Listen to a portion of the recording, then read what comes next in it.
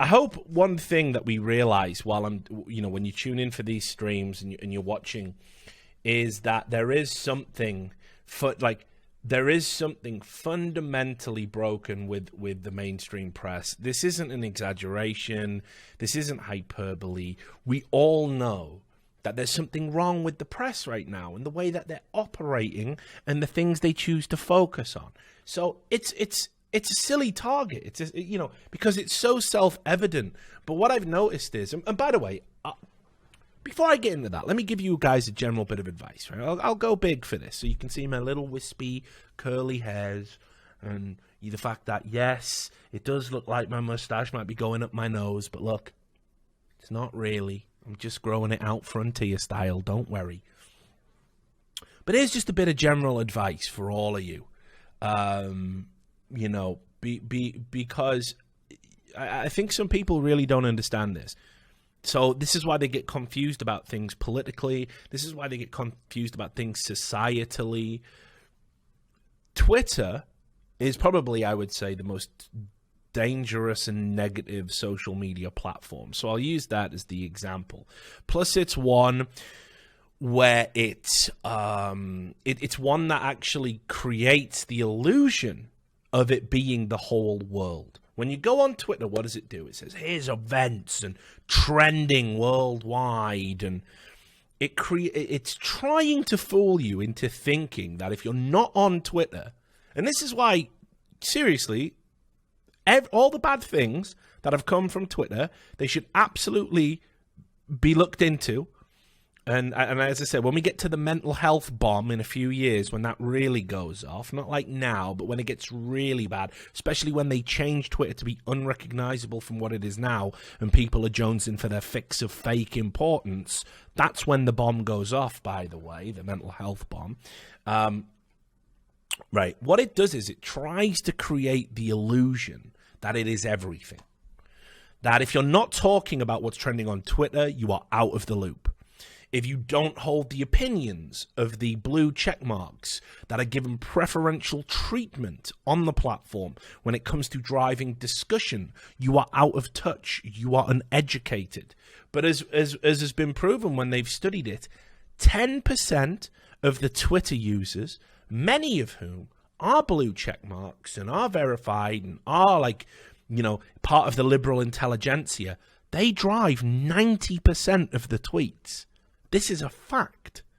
So Twitter, by definition, is divorced from reality in a way I don't think people understand. And I have seen a lot of people, by the way, they get upset. They get anxious when you talk about stuff like this. They feel like they're missing out. They feel like they're not up to date with things. They feel like they have to insert themselves to belong. You don't.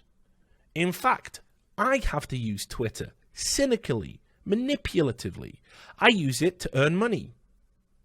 I use it to further my own presence and my own status and increase my audience. But I don't like being there. But I am there for that. These other people are on a crusade, and they believe, you see, conversely, they believe it's the real world too, and they believe of their own importance within this new landscape, but none of it's real. They're not important. Not like they think they are. And what you're engaging with isn't reality, not like you think it is. So the best thing you can do, by the way, guys, and this is just a great bit of advice, if you don't have a Twitter account now, don't ever get one. Seriously, you don't need it. You are better off just reading multiple websites and going to content aggregators. Reddit as a content aggregator, even with the moderator problem, is a much more genuine reflection of the world than Twitter is. So if you don't have a Twitter account, don't get one. Yep, use an RSS feed, exactly.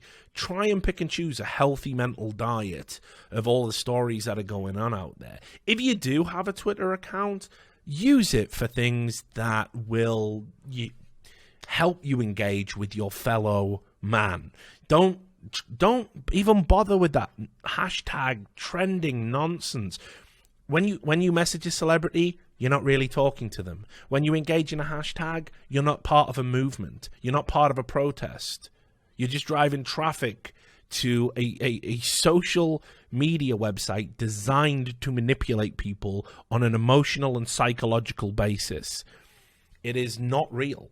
So just before I now go on a diatribe talking about Twitter as if it's real and it's important, I did just want to frame that. Like, I understand it. You guys should understand it too. But this is content, so let's all have a laugh about it.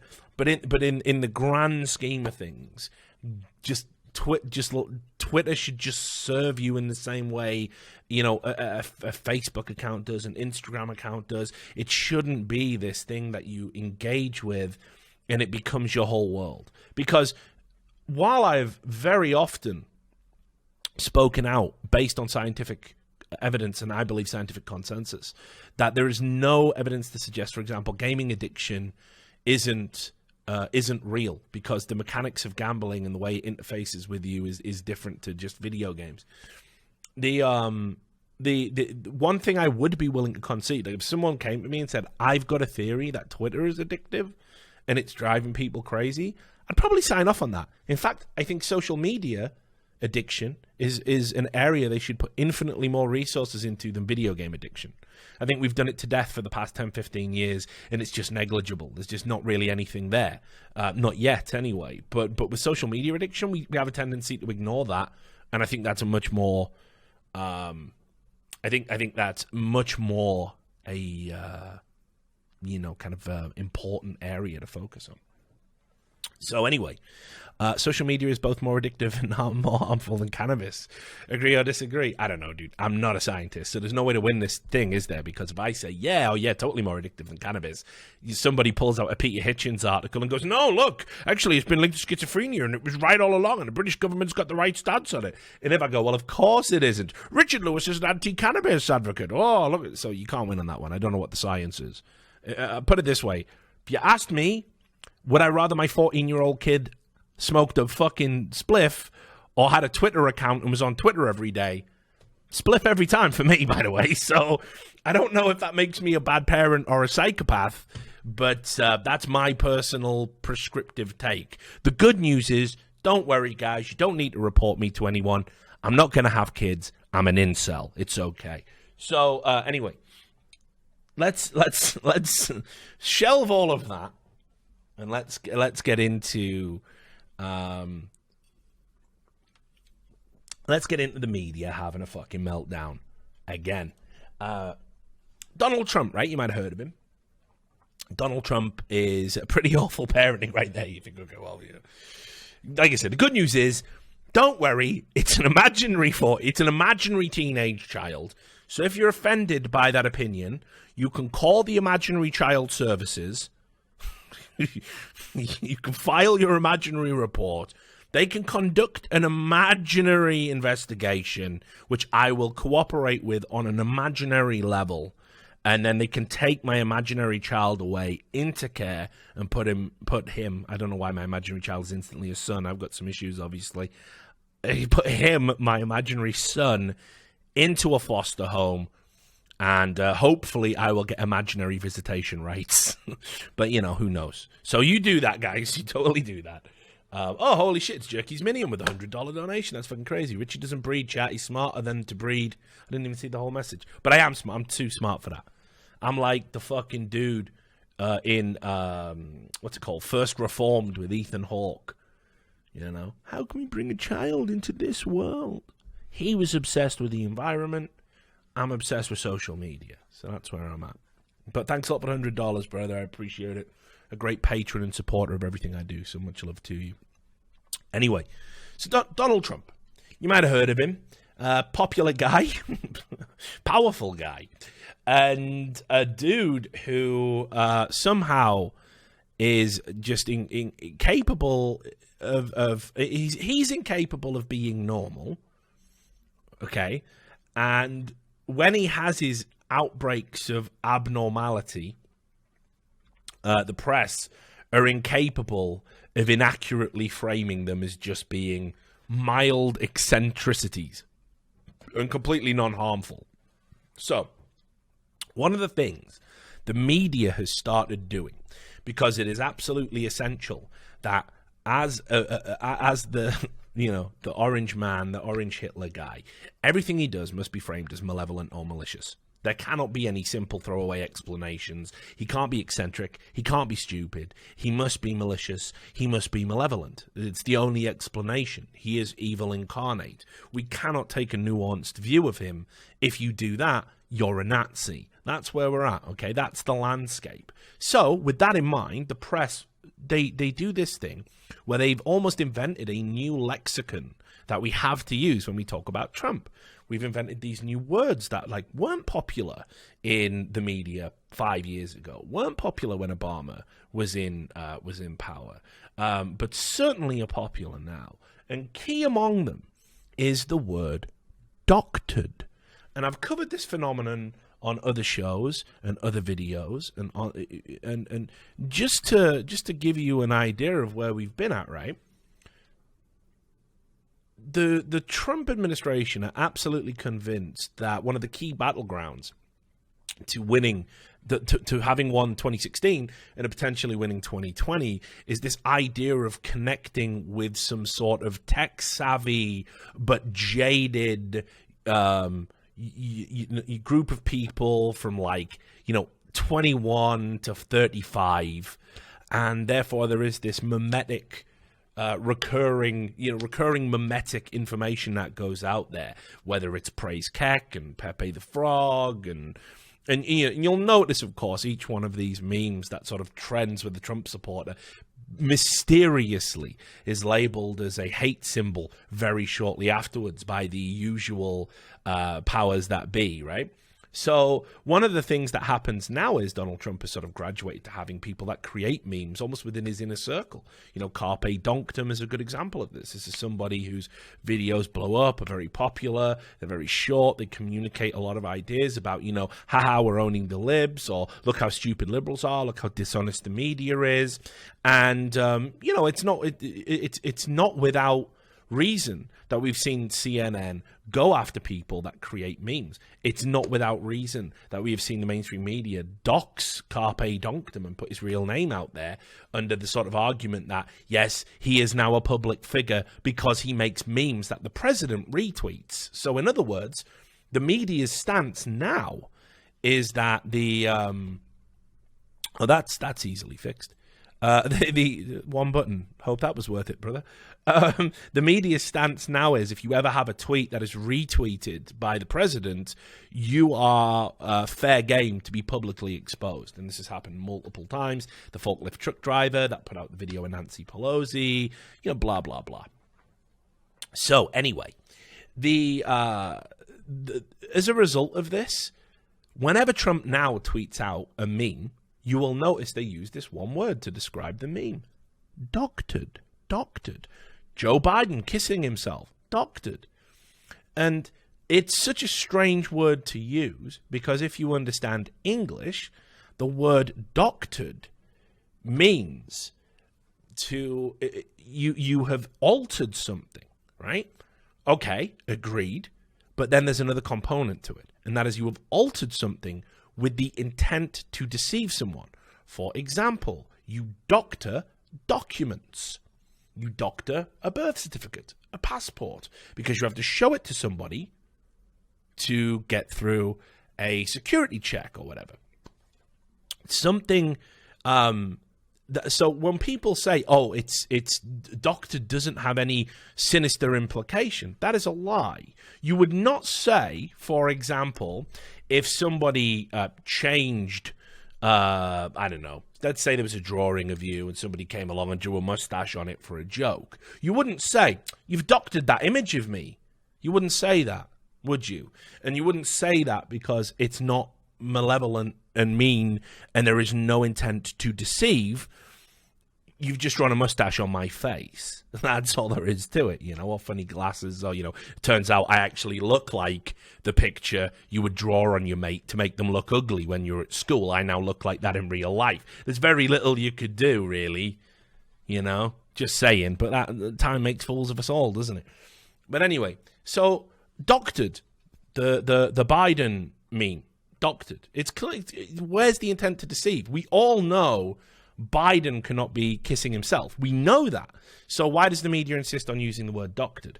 Well, I thought it had gone away, but then I saw perhaps the most absurd use of it to date.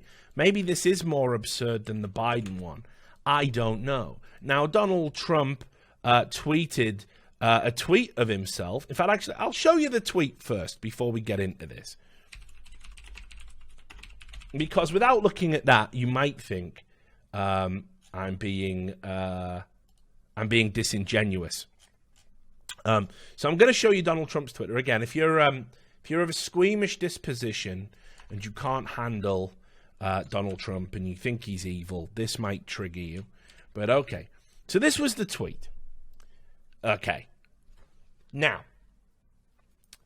I'm gonna repeat what I always say whenever we break down Donald Trump's Twitter on the stream.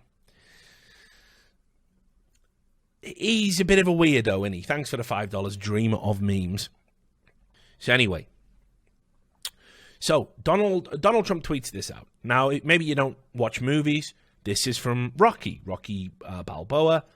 And there's a slight difference that you might have noticed. That isn't Sylvester Stallone's head. You see, Rocky Balboa is a fictional character, which is hilarious because, as Bill Burr aptly pointed out, in Philly, they have a statue to him. And he's like, that's the fucking greatest thing you could do. You have a statue to someone who doesn't even exist. Fuck Philly. But anyway, he's not real, you see. He's not real. And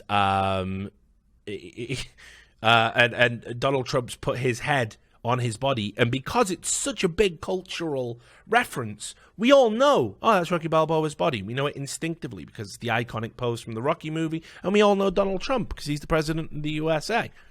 So I don't know why he tweeted that out. I think it's weird. I long for a happier time where we didn't have a president that just tweeted out weird shit all the time. You know, kind of, again, I've always said it. I miss the Obama administration, not because Obama was a great, nice human being that did nice things for people all over the world, but just because his evil was cloaked in a statesman-like dignity. So I'm all right with that, you know? It's like, an evil's hyperbole. I don't think Obama was evil, obviously. But, you know, it was just, he just knew what to say and how to behave. He didn't strike me as insane. So anyway, this was the tweet. Now, to me, this is just Donald Trump having an epi, isn't it? That's all that is. You don't know why he's tweeted it out. It's probably a reference to the impeachment trial. You know, that people, because Rocky was the underdog. Not a great example to use, actually, because Rocky loses in the first one, so maybe it isn't that. I don't know. But anyway, just don't think too much about it, because it's Donald Trump just tweeting out a meme.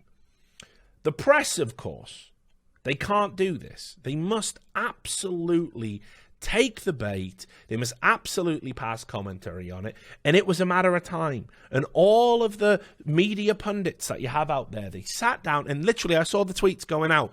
Can't wait to see which media outlet will fact check this photograph. And you go, yeah, they're not doing it for this one. They won't do it for this one. Well, not true. The Washington Post remain a comedy. They when I think about what this newspaper used to be like and what it used to stand for, this is ridiculous. Trump tweets doctored photo of his head on Sylvester Stallone's body, unclear why. So again, let's analyze the statement.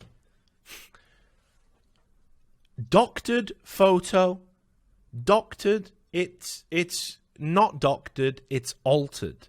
And it's altered because we could, or, you know, if you, whatever you can, I wouldn't recommend using Photoshopped, but I think over time Photoshop will enter parlance in the same way that other certain brand names like Google means to search for something on the internet. Doesn't necessarily mean using the Google search engine. It's just that it's so prevalent as a piece of tech, it's gone on to enter into modern parlance as being one thing across all brands. It is a brand name that has become a verb, you know? So anyway, to Google. But anyway, there is no way that photo would deceive anybody that Donald Trump has got into shape and has suddenly taken up boxing and is suddenly able to pull off a pose. There's just no way. And they did this with the dog meme. They said he doctored a photo of him giving a medal to a dog. Again, first of all, he didn't do that. Daily Caller did. Or was it Daily Wire, sorry, did that. And then second of all, it was so obviously an altered picture. It's asinine to try and present it as being doctored for some sinister purpose. And again, let's read the whole sentence. Trump tweets doctored photo of his head on Sylvester Stallone's body. Unclear why. You will also notice specifically what they have done in this tweet. Let me give you a quick breakdown, because I always say I'm going to do this. I always say I'm going to take you into the mind of a journalist and why this is worded specifically as it is. We'll ignore doctored. Doctored photo of his head on Sylvester Stallone's body. You'll notice they didn't say Rocky Balboa. You know why they don't say Rocky Balboa, even though that would be the more accurate phrasing. They don't say Rocky Balboa because Rocky Balboa is a fictional figure, and it would make the reader that hadn't even seen the tweet go, oh, well, he's obviously just memeing and joking around, isn't he? What you do is you say Sylvester Stallone because Sylvester Stallone is a real person with a real body. So now you start saying, well, what's the relevance of Sylvester Stallone? What possible crossover could there be? It draws you into the story. It makes it sound weirder. So they do that deliberately, purposefully, right? That's why they do that. And then, comma, unclear why. Well, let me assess. As I've said, I would imagine it's something to do with impeachment and that he's coming out fighting, or that something along those lines. I could probably infer, but what they do is, you see, They could just leave it there. Trump tweets doctored photo of his head on Rocky Balboa's body. Now you're like, okay, well, why is this news? You would probably be a little bit derisory. You might not click on it. You might not want to read on it. You might just be like, fucking hell, what's going on with the WAPO? Unclear why. As I said, when you combine that with the word doctored, it is to suggest a sinister purpose behind it. Doctored means with an attempt to deceive. Unclear why means we don't know why he's trying to deceive people. That is the level it is operating on linguistically in your brain, whether you realize it or not. That's what's happening. So,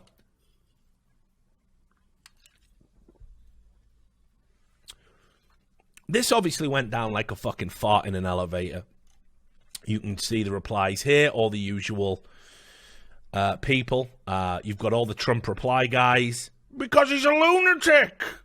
He's a lunatic. How dare anybody post an amusing picture on the internet? You've got that. I did see some fucking insane takes, by the way. Because, like, just on fucking cue, all the Trump reply guys, all the fucking pro-Trump reply guys, they just go into the shit show war that they always engage in when this happens. But generally, the right response, the correct response, is to ridicule the media for, first of all, grotesquely misrepresenting what actually happened, and two, why would you even divert attention and energy to this? How does this serve the American people to report on this story and imply they should be worried about it in any way? It is a waste of everyone's time. It is a waste of everyone's effort. It does nothing except serve their agenda of hatred towards the Trump administration, Trump and Republicans for clicks. Thank you very much for the $10 donation, brother. Let me just show you the most insane take, guys. So I won't go into all of them because that drags out the videos. And generally, you shouldn't really... You know, as I said, I try not to fall into the trick of picking 3 random accounts off Twitter and then using the journalistic mindset of, if you can point to 3 examples, it's a trend. I'm not going to do that. Here's what I will show you. I will show you the most insane take, and then you can just imagine what other people were saying. Dr. Jack Brown, thread. I do love it when people announce there's going to be a thread, as if you're just riveted and are just glued to your seats. Oh, a thread, you say? Wow, please give me your thoughts, Dr. Jack Brown, body language and emotional intelligence expert, a credential that you're probably about to doubt in approximately 30 seconds. Thread. Donald Trump's tweet this morning showing his head on Sylvester Stallone, Rocky's 30-year-old body, is, among other things, a signal that Trump's self-image is profoundly negative. Thanks for the $5 Wonderish. Trump is full of self-loathing and self-hatred. Now, trust me, it gets worse.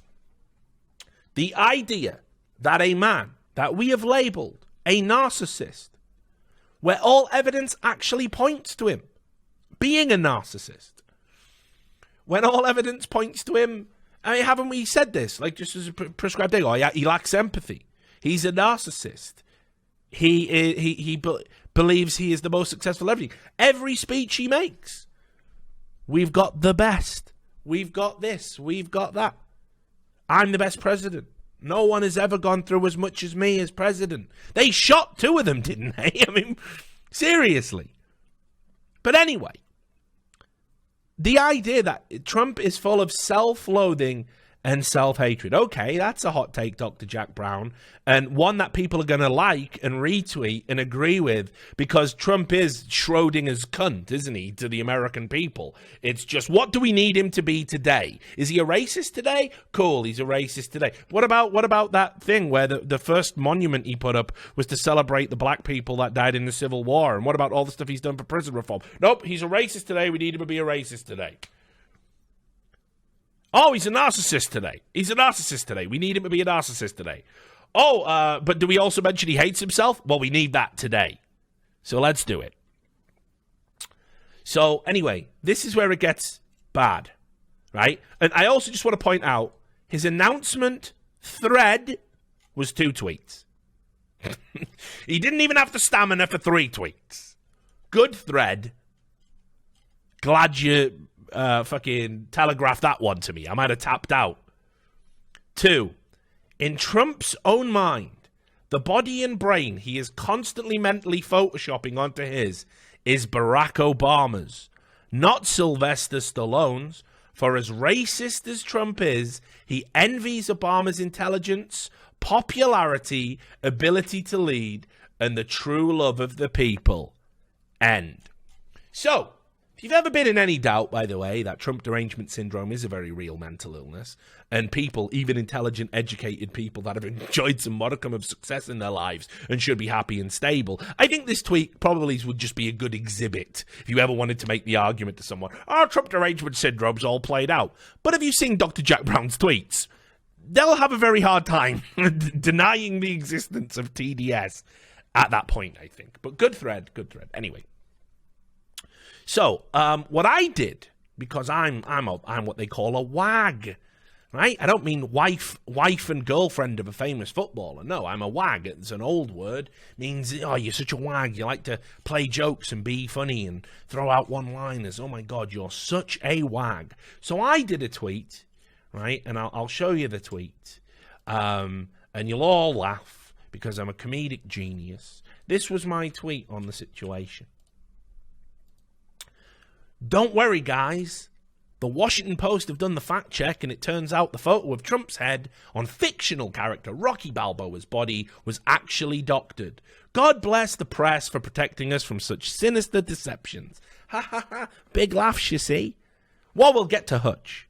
I've got material. We'll get to Hutch. The brave, resistant super soldier that he is. We'll get to Hutch. But anyway, that was the tweet I put out. Now, in that tweet, just in case any of you don't get the joke, you see, the joke there is that using the word doctored is asinine, stupid, and incorrect English, and certainly no editor would sign off on that word being used unless they had an agenda, which the Washington Post, inarguably do. The other point I'm making is it's a fictional character, so the idea that you could doctor, so you can take something fictional, take something real, mash up the two, but yeah, we're doctoring it. Something with such cultural profundity as Rocky Balboa, we're going to convince you that it's real. It wouldn't work. And then the idea the press are putting that story out there to protect you from the government, the idea that Donald Trump's tweeted out his head on Rocky Balboa's body. That's speaking truth to power, is it? It's absurd. So my tweet reflects that absurdity by pointing out that it is in no way a sinister deception. It's irony, I believe. So anyway, I got quote tweeted. I got quote tweeted because of this tweet. And I couldn't believe it because I got quote tweeted by one of my favorite lolcows of all time. I had no idea we would ever cross paths. Right? So here it is. Parker Malloy writes for Media Matters now. Media Matters is basically the Breitbart of the Democrats. They say they're fact-checking all of the evils in right-wing media. What they mean is they're writing propaganda that appeals to their base, much like the people that they supposedly fact-check are doing, but in the opposite direction. But anyway, guys, if you're mad that news outlets keep saying doctored when it's a photo people know is obviously edited, urge the papers to update their style guides. Until then, that will probably be the default term used by a lot of media outlets, and it doesn't mean they were fooled. So again, one of the things you'll notice about demagogues like this, what they do is they completely take the argument and they say, guys, no one's been fooled. No one said you were fooled. It's obvious you've not been fooled. Our point is, how can it be a doctored picture because it would fool nobody? You see what they did, you see? What they do is, they say, you're saying the media's stupid because we were fooled. No, we're saying you're stupid because you're implying Trump was attempting to fool people. These are not the same. But you lack the education. Well, it's not even that, actually. These people aren't stupid. They know exactly what they're doing. They know exactly what they're doing when they change the argument to be that way. I also like the myth, the lie, that this is anything to do with style guides. Absolutely not true. Absolutely not true. Nor would I know how Parker Malloy, failed journalist having to write at Media Matters, we'll get to her again. I got material. Would know all of the style guidelines from multiple publications. How would she know that? Style guidelines are generally internal. If there's a big change, a big announcement, they may even do a post on the editorial section of the paper to let you know. Like, for example, when email lost a hyphen, and things like this. The point is, this isn't a style guide issue. This is a deliberate misuse of the meaning of the word to paint a politician in a more negative light than is warranted based on what they're doing, which at the end of the day, lest we forget, is tweeting a silly picture of themselves. On it goes. Why don't they say photoshopped? I didn't see anybody ask this, because Photoshop is the name of a product brand, etc. And as I've said, people use Google now interchangeably to mean web searched, but that's fine. That is a point. A press style guide wouldn't come off on it. Why don't they just say editor, right? Edited, sorry. It's brilliant. Watch this for a counter-argument. Very good question. Why don't they just say edited or altered? Sure, maybe that's better. They should just change their style guides to say that. But even then, people are going to go, lol, you had to say it was edited because you didn't get it was a joke, even though you knew. So they cannot even follow the logic of what they're saying. They can't even. They have to come back to this idea that the problem we have with it is that we know that, you're pretending to be fooled. You're fooled. No one's doing that. Doctored is the wrong fucking word. English language is important. Americans butchering it every day that they speak it has to stop. You're a fucking paper of record. Stop this. Doctored is the wrong word. It's not up for debate. It is the wrong word. It doesn't mean altered and doctored are not interchangeable. There's a little extra component to the doctored thing.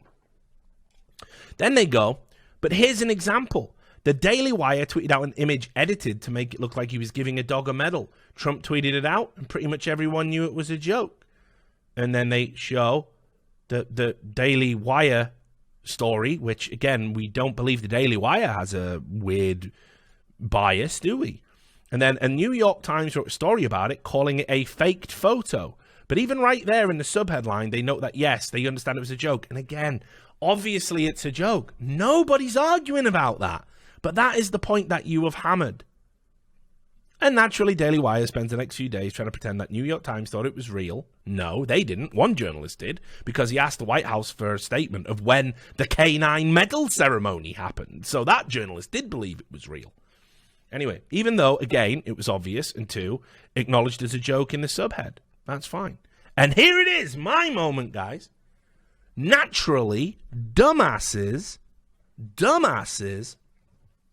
everywhere are working themselves up into a lather. One throwaway tweet, one joke, working myself up into a lather over this too. The performative outrage from these dopes is exhausting. TLDR, every stupid tweet Trump posts isn't worthy of an article, and journalists just following their style guides isn't proof they don't get that it's meant as a joke. Again, I don't know if you have some sort of developmental problem. No one, and I mean no one, on the internet has argued that the media think it is real. Parker. What they've argued is it certainly isn't doctored. There is no sinister purpose. There is no sinister purpose at all. So if I'm a dope, you might very well want to look into what the word doctored means. You might also want to understand what the argument is when people complain about the use of the word doctored, and therefore try and at least make a counter-argument that is based in reality. Also, I count all of these tweets. You talked about it all day long. You even replied to other people that were tweeting at you about it. Is this not performative outrage? Looks like it to me. And how am I worked up in a lather about it? At all. Very strange thing to say. But it's great. It's great because I never thought I would get the what's it called? The opportunity to ever talk about Parker Malloy. Parker Malloy is if you were like me in like 2014 onwards, you were sort of following what all these like crazy deranged journalists were doing. It is unbelievable. She has been involved in so many ridiculous dramas, shit takes, you name it. Like, Parker Malloy is a laughing stock.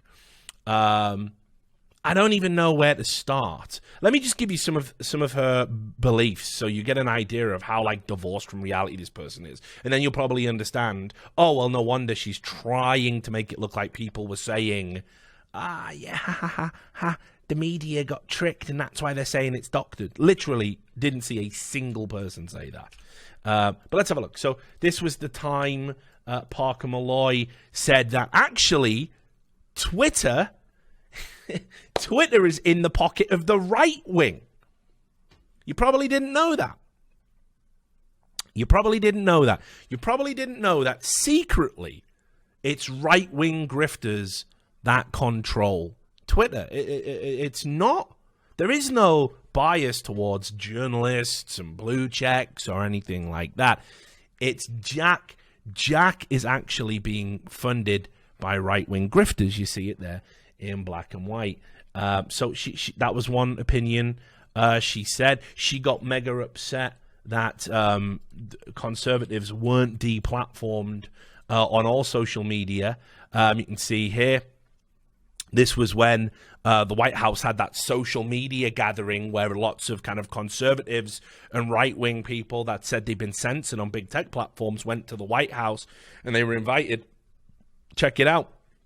instead of saying like, oh, this is just a crazy conspiracy theory and it's a little bit embarrassing, she just went with the whole, well, I hope you can see what they're doing and we should deplatform everyone. Honestly, social media tech companies really need to come out with statements saying that they see exactly what conservatives are trying to do here and they're not going to fall for it. They won't, though. Instead, as always, they'll end up creating special rules to give bigots special treatment so as not to hurt their feelings. But even after they do that, the same awful people making the same awful arguments will continue to whine about non-existent bias. So, again, far be it from me, somebody that's been covering this, regularly for ever since this became a thing, ever since people started to lose their minds around about in 2015. Far be it from me to suggest that there is actually some sort of bias there to answer to. In fact, most of the evidence points to it. It's definitely over-exaggerated for fiscal benefits, I would say, from some of the people who I would agree are grifters. But equally, to pretend that there is, when people are saying they want to put the Covington kid in a wood chipper and they're not getting banned, and people get banned, like, for example, Carpe Donktum gets banned mysteriously for insulting Brian Stelter or something like that, you cannot say these things are the same. You can argue there's an inconsistency and we don't know why it's happening, but you cannot pretend the inconsistency doesn't exist like Parker Malloy does here. So that's fine. So that's a terrible take as well. She also made this like weird argument. I don't even know why this came up, but Parker Malloy's been a trans activist in the past, not a great one, as I'll show you, but that's a thing here. This is where she went after a comedian, a stand-up comedian that had made a throwaway joke about somebody identifying as trans species. And she said, you're constantly being like, lol, trans species, and this is a clear dig at trans people. And he said, Jesus, you're really grasping here. Sorry I'm not as transphobic as you thought I was. Have a nice day. To which she replied with, had to do the quote, tweet, a reply to put on a show for my followers to swarm you thing, eh? Delete this. So remember, again, because I do like to point out hypocrisy, this is only last year. Remember, dunking on somebody on her Twitter feed, like she did with me, where she screenshotted my tweet and sent it out to her 200,000 followers. That's okay. Calling me a dumbass, that's okay. Saying I'm doing performative outrage, that's okay. Somebody saying, I'm sorry I'm not as transphobic as you thought I was, have a nice day, that is too far. That is, we're going too far. And then, an unironic delete this, which I do like. And then he replied with, I'm sorry you accused me of making fun of trans people on a weekly basis. The best you could come up with is half a dozen jokes that weren't even transphobic to your average person, liberal even. That's a major accusation and you don't get to ask for favors now. Go away. Parker Malloy replies, you absolutely do make fun of trans people all the time. But please delete your post trying to get your right-wing followers to swarm me. I'm not trying to get them to do anything. I'm not going to have someone accuse me of being transphobic, a serious accusation, and back it up with 6 jokes that are just jokes. You labeling me that is more harmful than any quote tweet. Go away. And no, I literally don't make fun of trans people all the time. Saying trans species isn't mocking any serious trans person. It's mocking actual people who say they're trans people. And no, I don't respect those identities. Or rather, he corrects himself here, rather who say they are trans species, not trans people. And Parker Malloy says, transspeciesism is not a thing.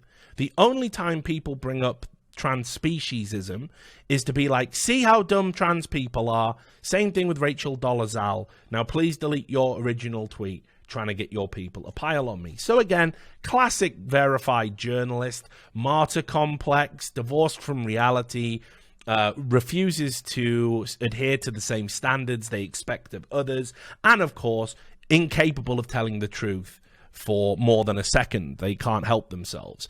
So just to give you an idea, by the way, about transspeciesism and how it is indeed a thing, by the way, and it's interesting because if transspeciesism ever was to take off in the next 50 years, these tweets would be considered bigoted. This is how popular a thing it's becoming. This is an article in the Evening Standard, which is London's free newspaper that covers all events in London, news, the theatre, arts, etc. Everything a Londoner needs to know. This was in 2016. Being Human is so last year. The next frontier is transspeciesism, according to these new books. And it's not just one book, and it's not just one article. It is a bunch of books that have been released, which includes, you might have even seen this one, Being a Beast by Charles Foster. And then there was this. This is another popular one by Thomas Thwaites, Goat Man, How I Took a Holiday from Being Human. If you look there at the bottom, that is literally him as a goat. He spent, I can't remember how long it was, a year I think it was, living as a goat, living in a field, because he wanted to get away from being human. So transspeciesism, definitely a thing as of 2016. And then when you start looking at, okay, let's look at some progressive outlets that maybe Parker Malloy knows because she's written for these outlets. Parker Malloy, I believe, has been published in Vice. Here's Vice. What does it mean to be transspecies? This dude does look suspiciously like a furry. Let's just try and get past that, right? And you can see here, this is talking about otherkin and transspeciesism and what it means to be transspecies. So again, this was in 2016. I have no idea how you can say it's not a thing. It's definitely a thing. Some people do identify as being transspecies. And then just to throw in a little silly one right at the end, because why not, right? And we can all have a giggle and not question whether anything. This is transspecies woman. This is in the Metro, an absolute... Basically, if diarrhea was a publication that you got your news from, it would be Metro. Transspecies woman who identifies as a reptile has spent more than £42,000 turning herself into a dragon. And there she is. She's known as the Dragon Lady, looking mighty fine. She's took her nose off. And her name is Eva Tiamat Medusa, which is like the worst dungeon master ever in your game of Dungeons and Dragons, was really struggling for a villain's name, wasn't it? But anyway, they're definitely a thing. Definitely a thing. It's not something that this guy made up. It's just he's poking fun at it because now societal norms say we can still poke fun at people who are trans species because it is considered so wacky, so niche. That it's fair game. Personally, think it's probably punching down. Whatever, let people do whatever the fuck they want. I don't give a fuck. Anyway, another Parker Malloy hot take because she's just full of them. There was that time she just tweeted out that Donald Trump wanted a terrorist attack in New York City. And she framed it as a reminder. Donald Trump. This is psychic Parker Malloy from the Psychic Hotline. Donald Trump is actively rooting for the explosion in NYC to turn out to be a terrorist attack. Let that sick reality sink in. Think about all the times he's taken to his Twitter account to celebrate terrorist attacks. He's a vile, sick, opportunistic monster. So, okay, that's pretty cool. That's a responsible thing to say. But you guys might have come across her and not known that you've come across her before, because she actually, during her time when she was a trans advocate, which, as I said, it ended pretty horrifically for reasons you're about to see, she published an article, and the Columbia Journalism Review is generally a very good publication that generally calls out bad reporting. I'm kind of at a loss as to basically understand what was going on here. This was an article by Parker Malloy. This was earlier in the year, talking about Casta Semenya, who, by the way, isn't trans, isn't a transgender athlete, but is a woman who had an exceptionally high testosterone level that came above the limits that the IAAF, when they brought in a change of policy, her testosterone limits were considered above the prescribed amount they would allow females to have without testing positive for a controlled substance. But there has been I do pity Casta Semenya quite a lot, because for as long as she's had a sporting career, there has been implications that she is secretly a man. And I remember, I think after she got her very first gold medal, there was lots of talk in the papers going, well, she must be immediately gender checked, that we must strip her naked. And, it's like, what the fuck is this? Like, Jesus. But anyway, but this article, and I have no idea why it is written in the Columbia Journalism Review, which is meant to be a place that is, only the best reporting. It either calls out bad reporting or it publishes things that are entirely factually accurate, to be the benchmark of reporting in a particular topic, right? So I won't bore you with all of it, but when it comes down here, it's talking about how the so-called dominant trans athletes are cherry-picked to use moral panic narratives by far-right outlets. For months, conservative media outlets highlighted the story of CC Telfer, an NCAA Division II track and field athlete, biological male is top-ranked women's track star, blah, blah, blah.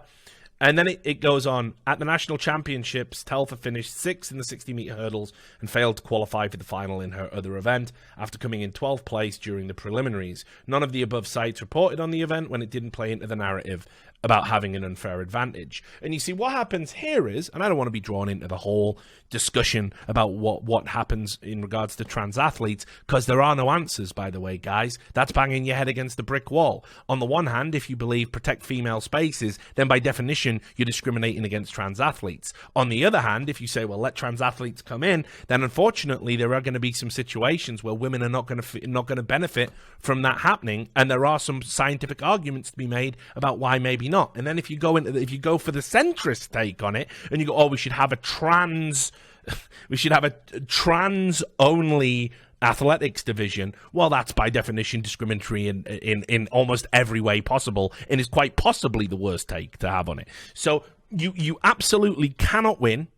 You absolutely cannot win. Sometimes problems do not have solutions, and you have to go with a solution that doesn't satisfy all parties, but is the path of least harm. What that is, I'd rather not say, because I think it's a very emotive topic, and rightly so, because we're talking about people's human dignity. Those are the stakes on this particular topic. Regardless, to pretend in this article that just because one individual, you'll notice ironically, she talks about cherry picking for moral panic. She then cherry picks one example of an athlete not doing as well as expected, a trans athlete not doing as well as expected, and goes, see, no unfair advantage can exist because they didn't win, which I'm sure we can all see is a ridiculous argument to make. It doesn't stand up to any logic or any scrutiny whatsoever. And then it completely ignores any science in this article, by the way, and says, finally, journalists need to exercise caution when considering who to quote. Good Morning America's profile of trans runners Terry Miller and Andrea Yearwood featured an upset parent as an authority, even though it was clear that she didn't have all the facts on the girls' transition and participation.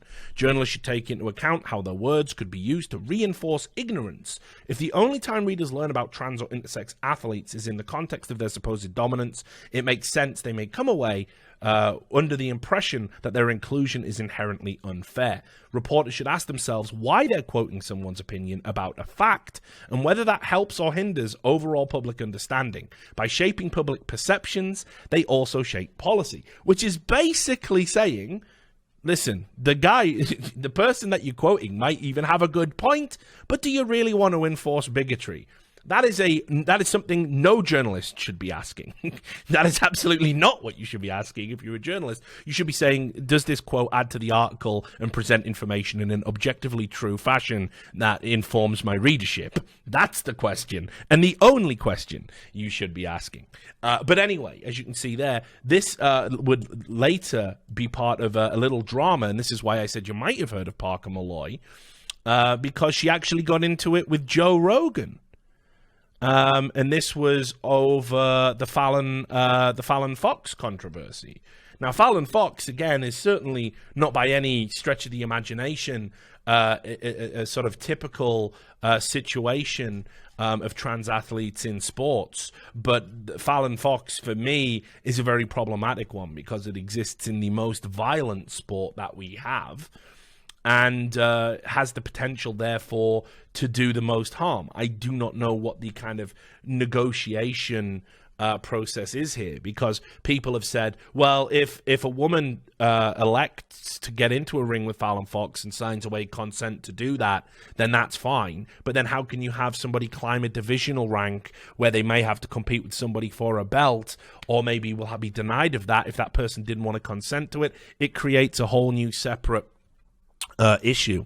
But anyway, she ended up picking a fight with Joe Rogan, basically calling him a transphobe because he said he didn't like the idea of Fallon Fox fighting in the women's division.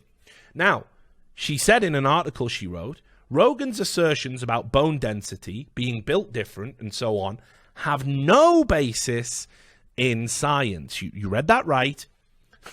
The fact that we are, and we all know we are, a diamorphic species, and there is no getting away from that, and I say that as a man who stands with trans people and stands with trans rights, but we still have to accept that, yes, even with the hormones and everything else on a biological level, there's going to be some things that are different, negligible. Does it really matter? Do we have to get so hung up on it? Questions that we will not even think about as we evolve as a society. But for now, we do get mired in these debates. But to say that there is no basis in science is one of the most absurd stances that you could possibly take on this topic, right? Rogan's assertions about bone density being built different and so on have no basis in science. As medical professionals have stated, hormone replacement therapy has a way of adjusting bone density, muscle mass, and eroding other advantages trans athletes may have. Sadly, the world seems far more interested to hear what a washed-up stand-up comedian has to say than actual medical professionals or sports governing bodies like the IOC and NCAA that have studied these issues. So Joe Rogan replies, we'll blow up his tweets for you, because you don't need to see the rest of the article in The Guardian. Joe Rogan replied, and because he's a classy guy, he didn't get upset that she called him a washed-up stand-up comedian, which of course isn't actually true at all, but whatever. You can see here, Parker Malloy and Vice Sports. Unbiased science completely refutes what you've said about bone density and advantages. And he links to a article from an endocrinologist that says Dr. Ramona Krutzik, who says, yes, there will be some advantages, and especially in Fallon Fox's case, because of the nature of the distance and time between transitioning. And then he would later tweet out, please don't insult Parker if you're doing it. Because she was complaining again. Oh, I'm a victim. I've called him a washed-up comedian in an article and said he's transphobic. He's replied and said this is the science. And now people are saying I'm bad, so I'm the victim in all of this. And he actually tweeted out saying, don't be rude to Parker, please, because he's just a nice guy like that. That's who Joe Rogan is. He's not really into all of this, the theatrics and abuse. But anyway, all of that, by the way, is just idiocy. And idiocy's idiocy.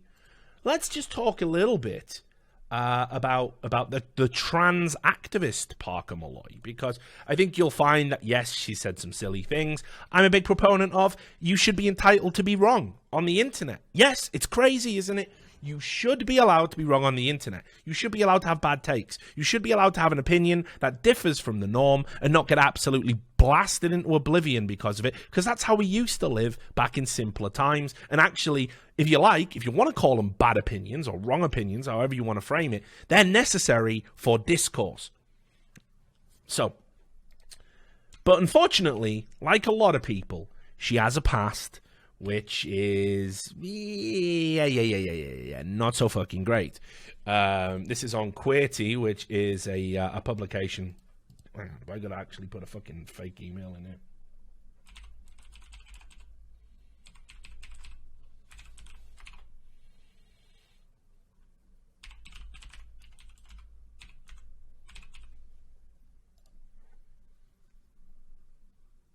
Excellent. So, get those Twitch primes in the motherfucking show, you motherfuckers.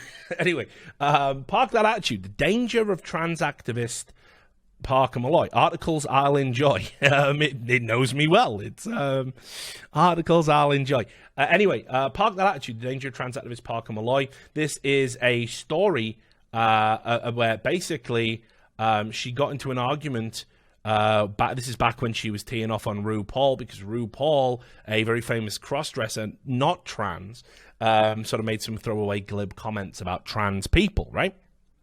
So somebody was, a trans person was arguing with her, and you can see here what she had to say.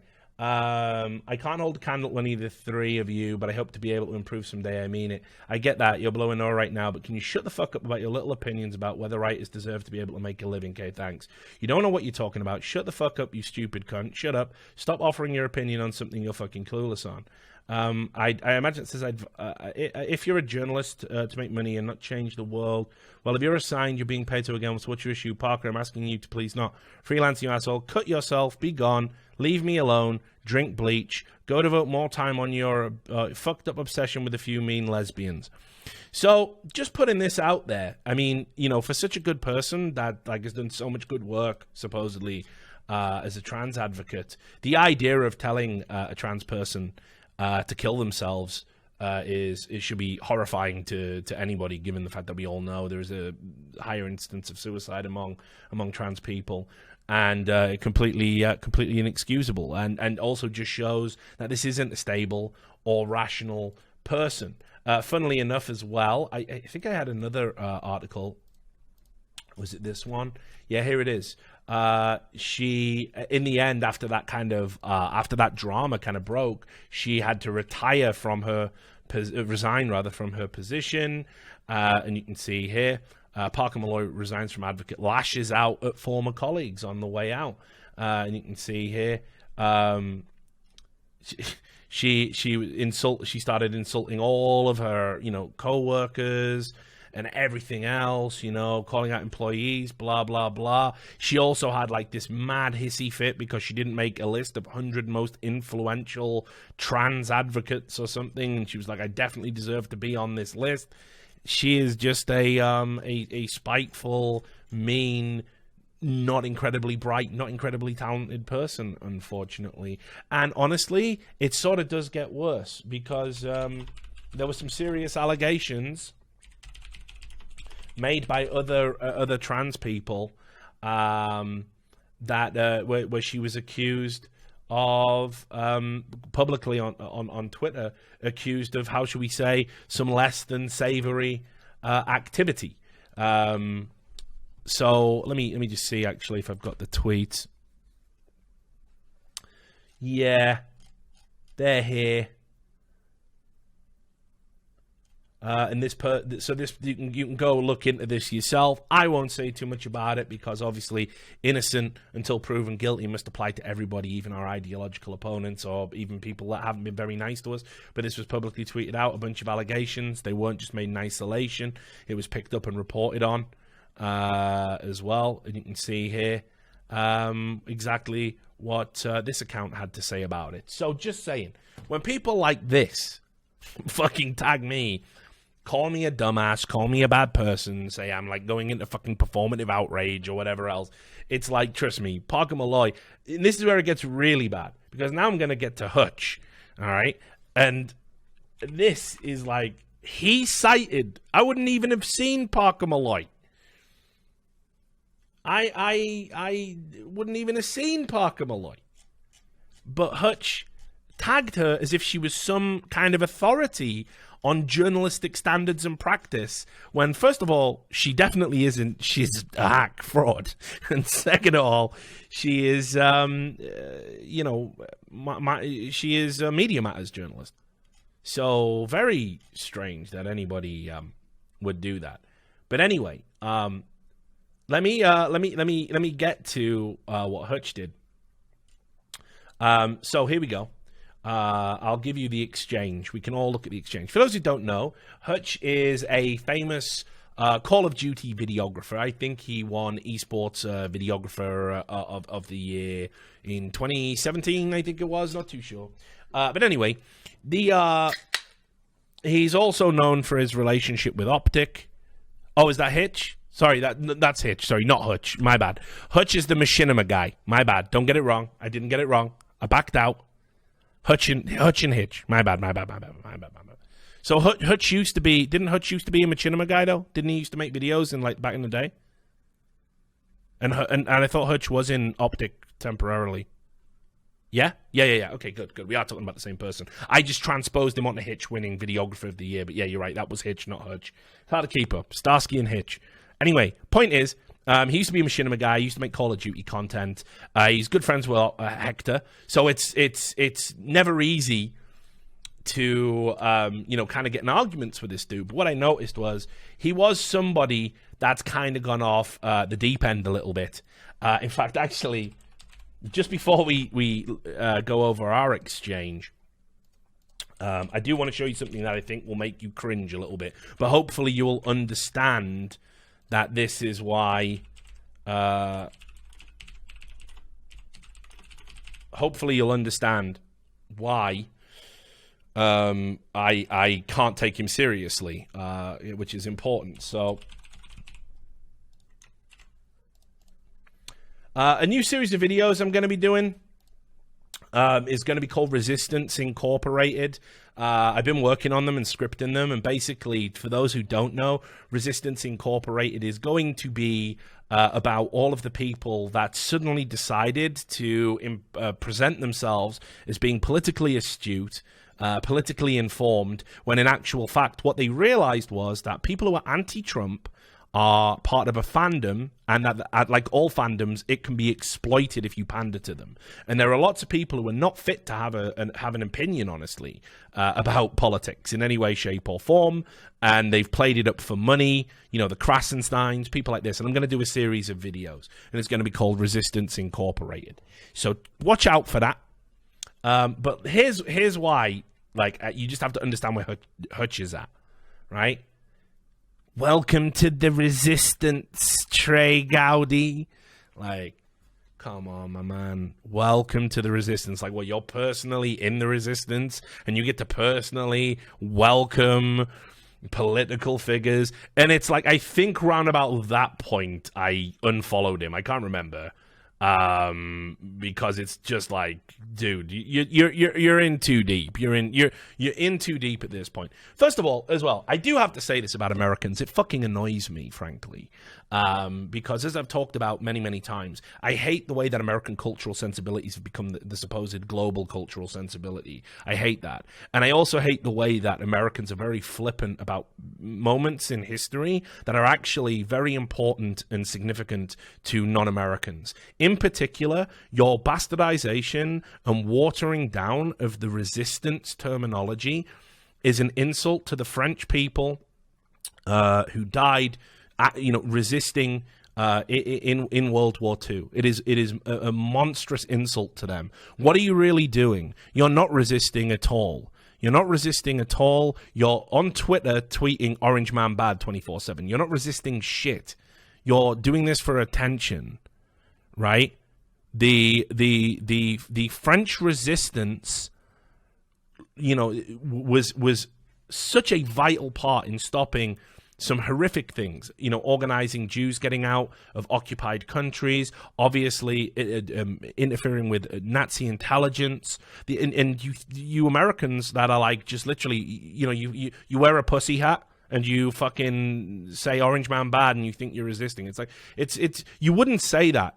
Basically, you came in at the tail end of World War II. We're very grateful to have you. Couldn't have won without you, but you don't, but it remains a European conflict. And I get to say that as a British person because we stood alone for 3 fucking years while the world watched. So yeah, I do get to talk about it because anybody that's actually educated in that matter wouldn't be so flippant about these things.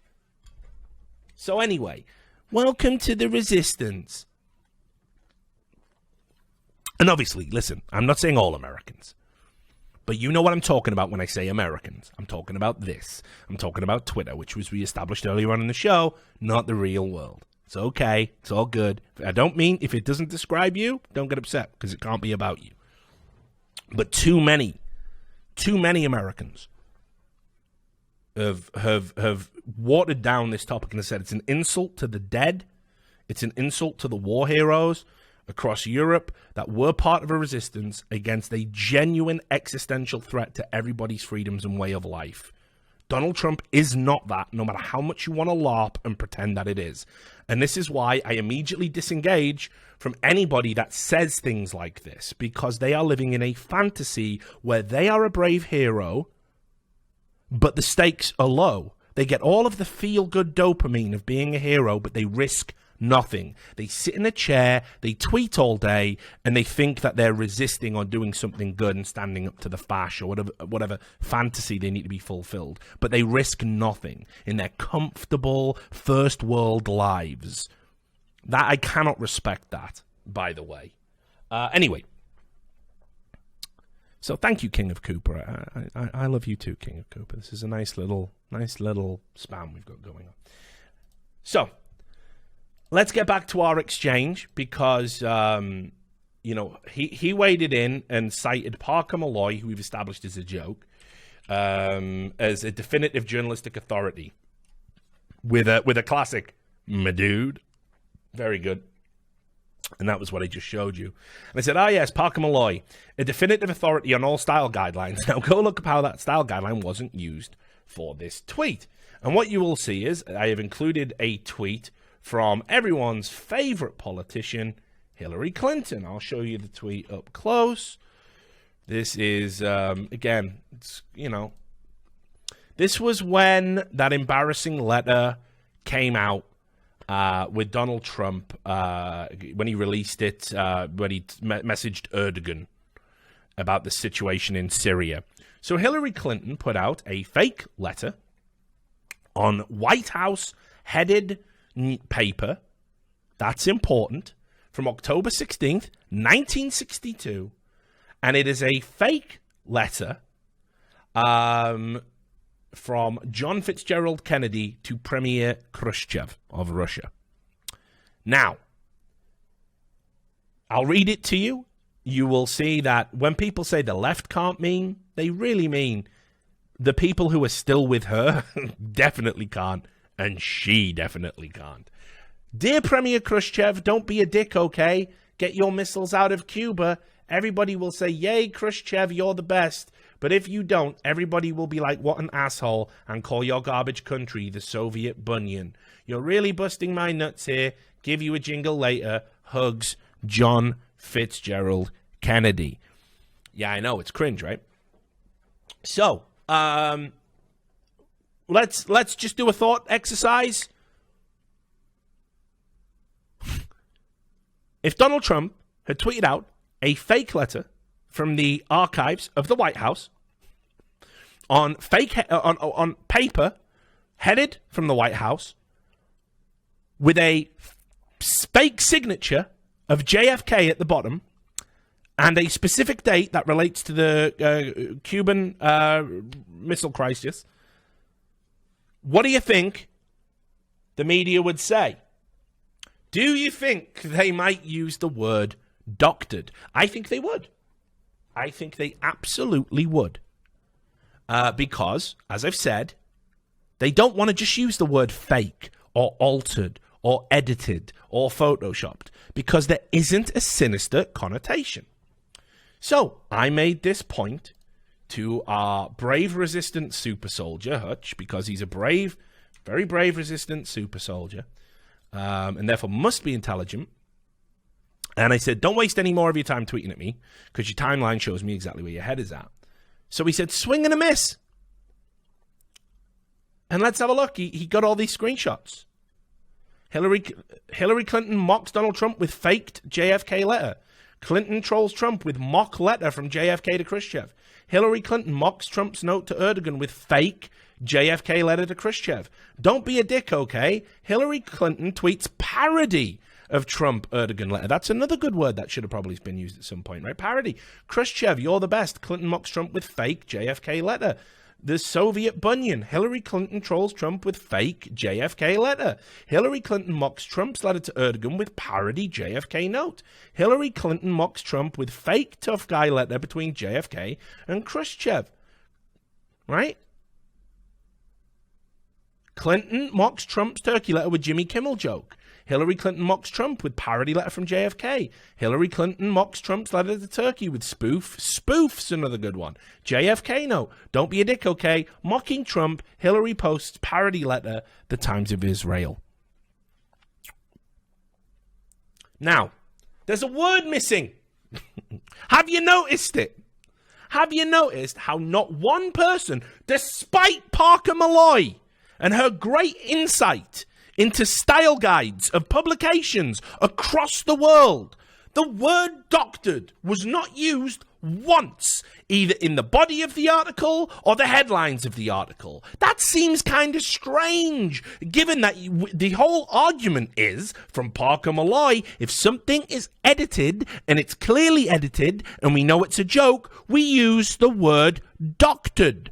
But it's weird, isn't it? We decided with, I'm still with her. She has yet to reveal herself. She'll be involved in the election in some capacity, guys. Don't worry about that. That's why nobody calls her out for calling fucking Tulsi a Russian asset. By the way, isn't calling somebody a Russian asset who's standing for election, in an election, during an election, isn't that altering the outcome of an election based on a lie, which you spent 3 years railing against, you fucking hypocritical crone? But don't worry about it, guys. Back to bed. Back to fucking sleep.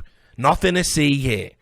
Anyway, so the guy proves my argument for me. Cool. Where's the word doctored? Nowhere to be found, because the image was faked, not doctored, which is why you saw fake in every headline. And then he links the dictionary definition of the word doctor, which says change the content or appearance of a document or picture in order to deceive, falsify. So again, the question must become, my brave resistant super soldier, who clearly is thinking intelligently and rationally and logically, which part of Trump's tweet was intended to deceive, or in which way was it falsified? In which way was the picture intended to deceive somebody via falsification? So, you've not just proved me right once, you've proved me right twice. In this, that headline is completely inappropriate in the space of 2 tweets. I said, keep resisting, brave soldier. You're really owning the drumpf. I think he said a few other things. I didn't stick around because he went away and later argued he was right and that there is no bias and there's nothing to worry about here. And in fact, I even tweeted at him again a little bit later on. Let me find it for you.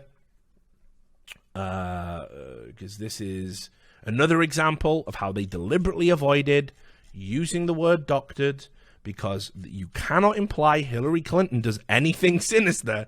54 friends have committed suicide. That's a joke. You cannot say Hillary Clinton's done anything sinister in the mainstream press, or you are out of the DNC machinery forever. So look, here was another one. What about this one from the WAPO?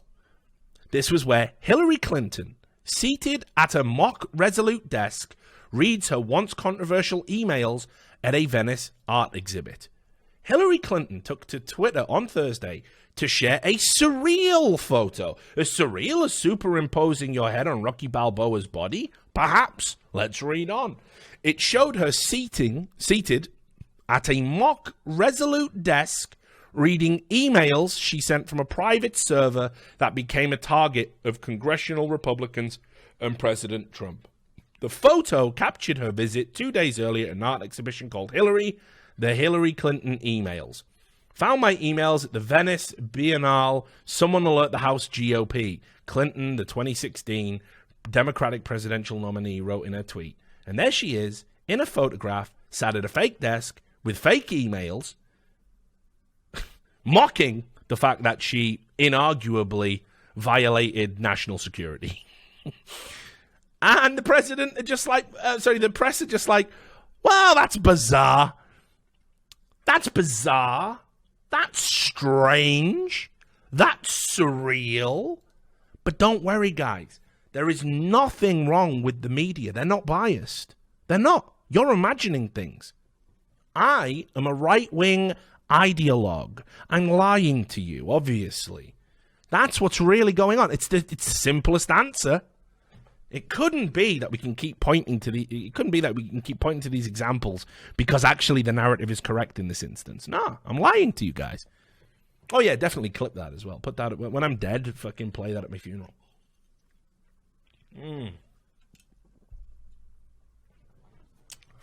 Anyway, so that was Hutch, brave resistor. Listen, I think when you've rode on someone's coattails pretty much for your entire life, you know, I understand that, you know, you're probably a little bit insecure and you need to be part of something. It's fine. I get it. I did try to explain I don't care about any of his opinions. He was like, he dropped the fucking, if you're not going to debate me, bro. Like, I don't want to debate you. You're fucking delusional. Like, there's no...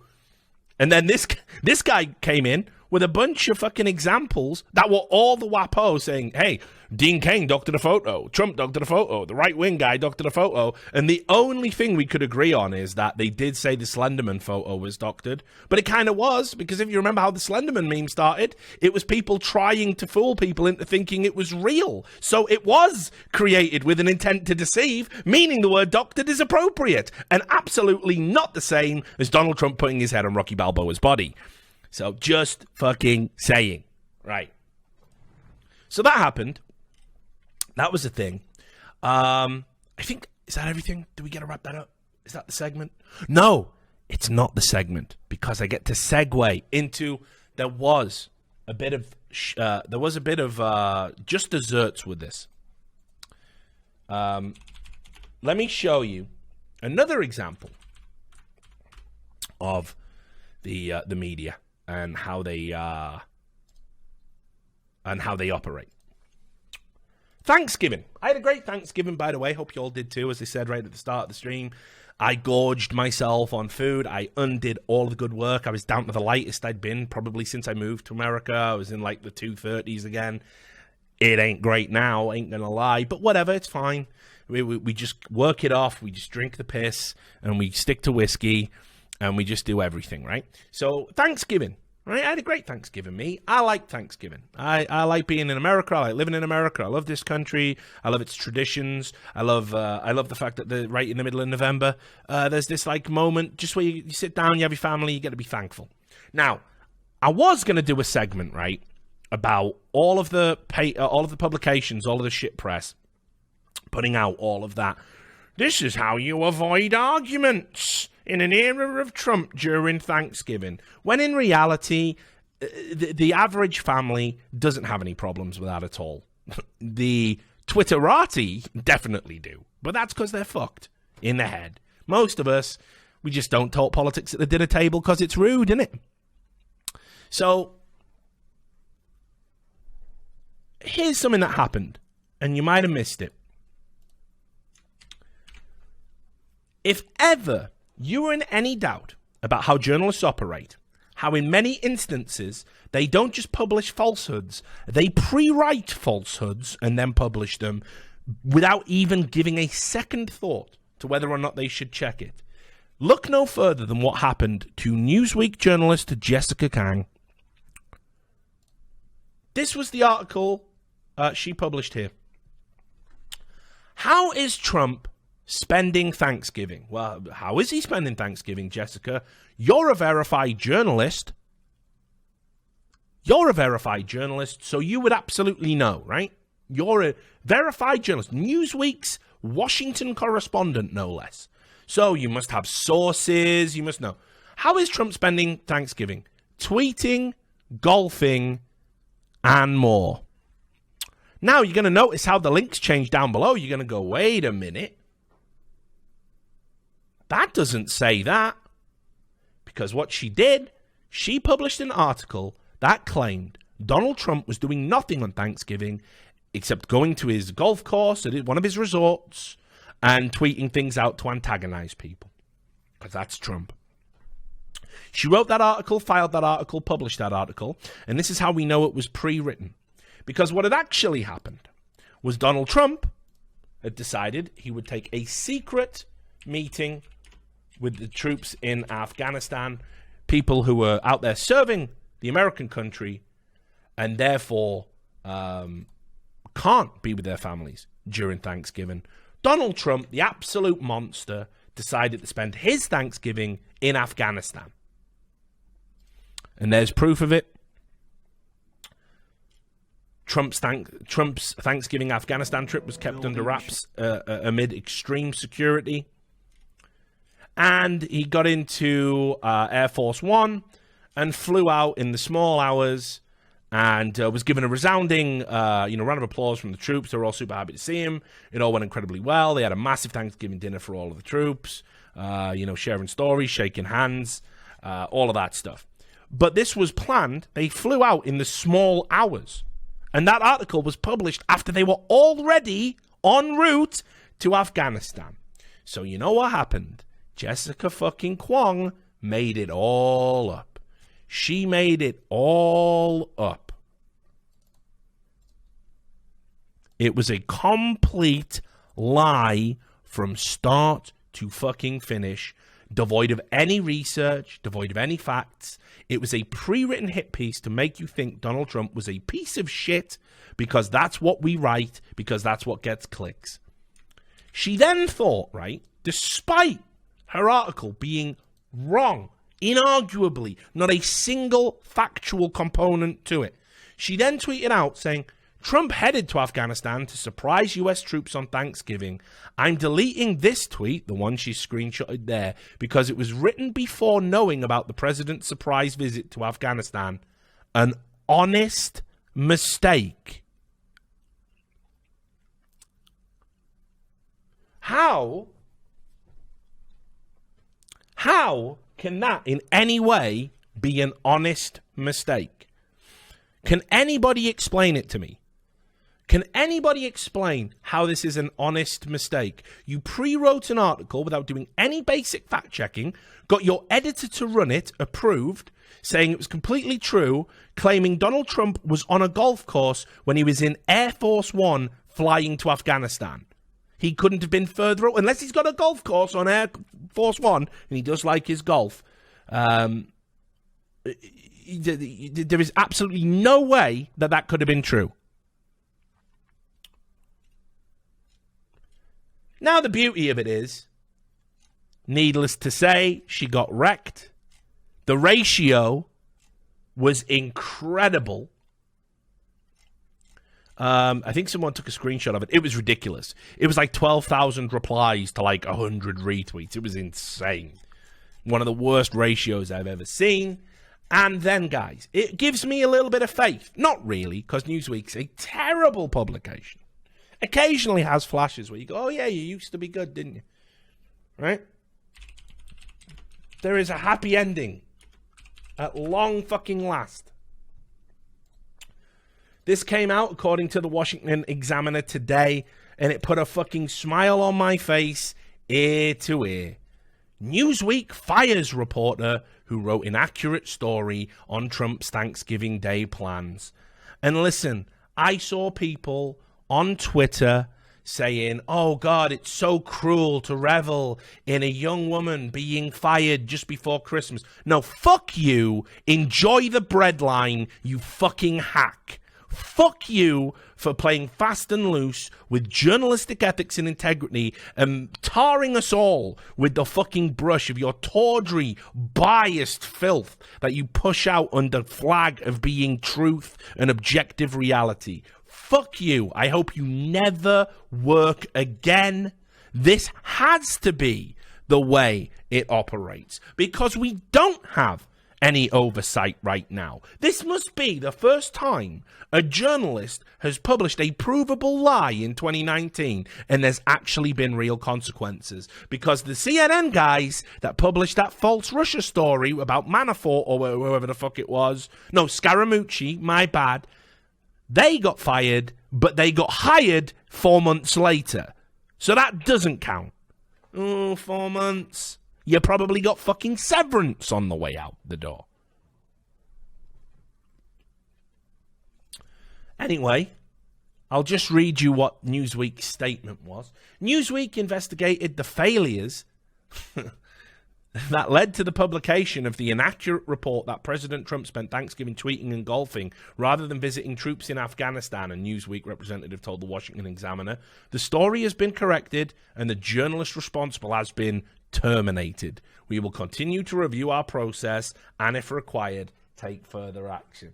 You know what review the process means, by the way, these publications? They pull all the journalists into the newsroom, and the editor comes out and goes, listen, guys, we've got to be much more clever about the lies that we're going to tell. You've got to be so much cleverer than that. That was too easy to disprove. That's what that means. Oh, and a good point there, Hertzy, you. The editor, zero action.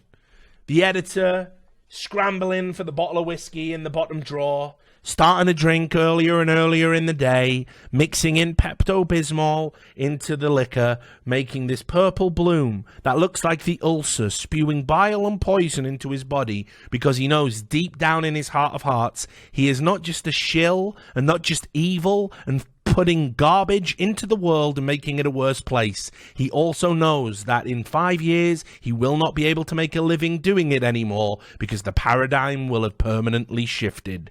He looks up from his desk and says, what have you got for me today, Jessica? And he publishes the garbage, and he publishes the lies, and he publishes the filth. And he gets to ride again when it's all wrong, without even doing a simple check. Yeah, just run it. Plink, plink, fizz. Why aren't those people on the fucking breadline?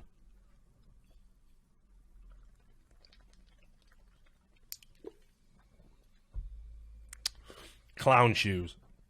But there you go. A bit of Thanksgiving cheer. Jessica Kwong is gone.